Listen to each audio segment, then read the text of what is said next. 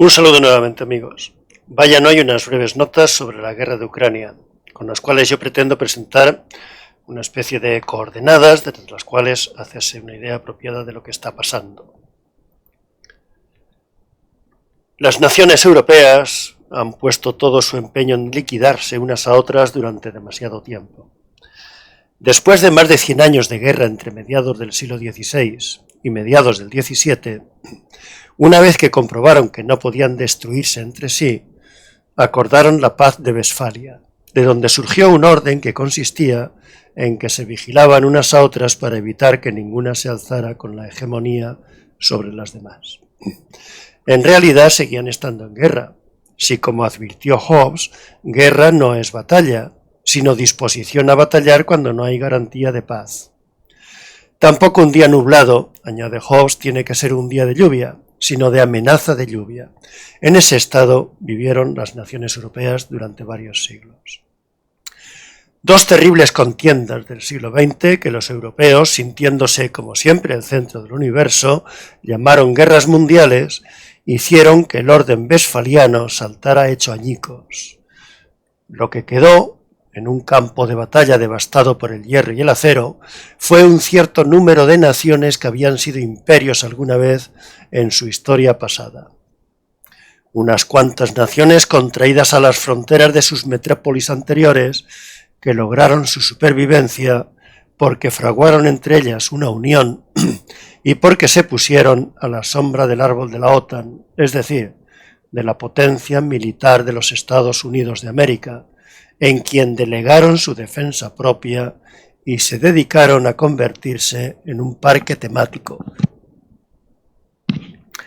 De paso, deliberadamente olvidaron que Rusia no es una nación más como ellas, sino una nación que solamente sabe tener fronteras ampliándolas, como se ha puesto de manifiesto en multitud de ocasiones a lo largo de la historia.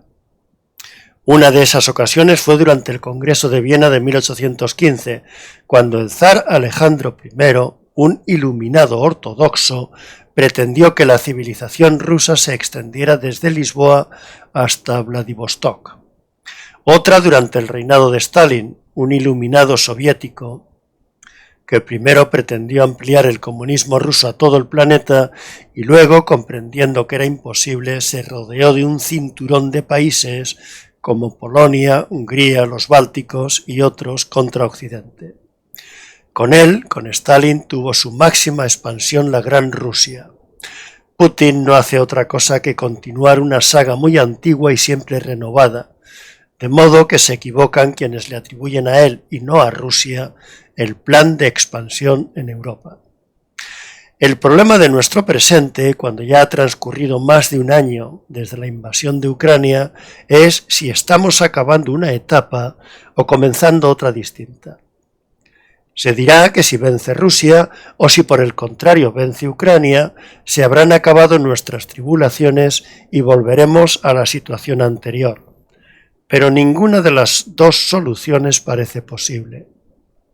Sin embargo, hay una probable intermedia que tal vez sea la que se abra camino, el estancamiento indefinido de la guerra, contando incluso con algún armisticio. Aparte de esto, ¿quién está ganando con este conflicto? Según creo, Occidente no. Entiendo por Occidente principalmente las democracias liberales de Europa y Estados Unidos. El eje Rusia-China está funcionando bastante bien y hay otros grandes países como India, Turquía, Nigeria, Irán o Brasil que están al acecho para alinearse con unos u otros según la dirección que tome el viento de la guerra. Es poco lo que se ha ganado y mucho lo que se puede perder si no es verdad que estamos al final de una etapa que debería cerrarse con una victoria sin paliativos sobre Rusia. ¿Por qué?